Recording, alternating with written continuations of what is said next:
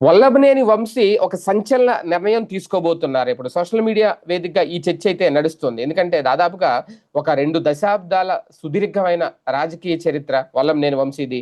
2004లో Vijayawada parliament ticket ఆశించారు అప్పట్లో. కానీ టీడీపీ నుంచి అప్పట్లో అస్మితత దక్కించుకున్నారు.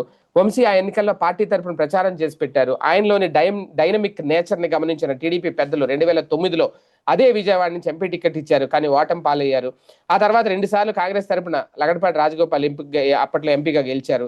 2014లో ఆయనకి గన్నవరం అసెంబ్లీ టికెట్ ఇస్తే మంచి మెజార్టీతో గెలిచారు. 2019లో వైసీపీ ఊపులో సైతం ఆయన సీట్‌ని నిలబెట్టుకున్నారు. శభాష్ అనిపించుకున్నారు.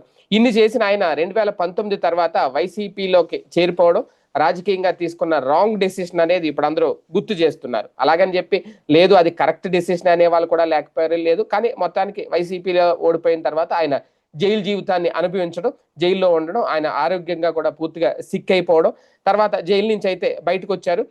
ప్రస్తుతం గన్నవరం ఇన్ఛార్జ్ విషయంలో వంశీనే అని అయితే మాత్రం అందరూ అనుకుంటున్నారు, ముందుకెళ్తున్నారు. కానీ జగన్ కనుక ఇప్పుడు ఆహ్, ఇక్కడ వల్లభనేని వంశీ విషయంలో గన్నవరం నియోజకవర్గంలో ఏ నిర్ణయం తీసుకుంటారు అనే ఒక ఆసక్తికర చర్చ అయితే మొదలైంది. ఎందుకంటే దాదాపుగా 3.5 నెలల పాటు జైలు జీవితం గడిపారు వల్లభనేని వంశీ. ఈ సమయంలో ఆయన అనారోగ్యం పాలయ్యారు కూడా.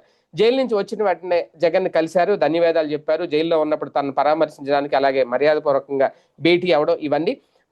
ఇదే నేపథ్యంలో వంశీ ఇప్పుడు తాజాగా ఇక రాజకీయాల నుంచి తప్పుకోవాలనుకుంటున్నారనే ప్రచారం అయితే జరుగుతుంది. అంటే వంశీ రాజకీయాలకి గుడ్ బై చెప్పబోతున్నారా అనేది సోషల్ మీడియాలో ప్రచారం జరుగుతుంది. అంటే ఇక నుంచి ఆయన పాలిటిక్స్‌కి దూరంగా ఉంటారనేది దీనికి కారణం ఏంటంటే కుటుంబ సభ్యులైతే ఇక రాజకీయాల జోలికి వెళ్ళొద్దు అని చెప్తున్నారట.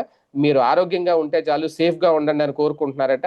ఇది కూడా సోషల్ మీడియాలో వస్తున్న కథనం. మరి ఎంతవరకు ఇంట్లో ఏం జరుగుతుందో మనకు తెలీదు కదా! కాకపోతే సోషల్ మీడియాలో అయితే ఇలాంటి ప్రచారాలు బాగా జరుగుతా ఉంటాయి. లీక్స్ అవుతా ఉంటాయి. ఎవరో వాళ్ళ అనుచరులు ఎవరో చెప్తారు. ఇంక వంశీ గారు రాజకీయాల్లో ఉండరు, దూరంగా ఉంటారు. అది ఆ నోట ఈ నోట ప్రచారమే సోషల్ మీడియాలో పెద్ద ప్రచారంగా మారింది. ఇప్పుడు అదే జరుగుతోంది. అంటే త్వరలో ఇంకా ఆయన శాశ్వతంగా రాజకీయాలకి గుడ్ బై చెప్పబోతున్నారా? అదే గనక జరిగితే వంశీ కాకుండా ఆ ప్లేస్‌లో వైసీపీ తరపున గన్నవరం నియోజకవర్గ ఇన్ఛార్జ్‌గా ఎవరొస్తారనేది చూడాలి.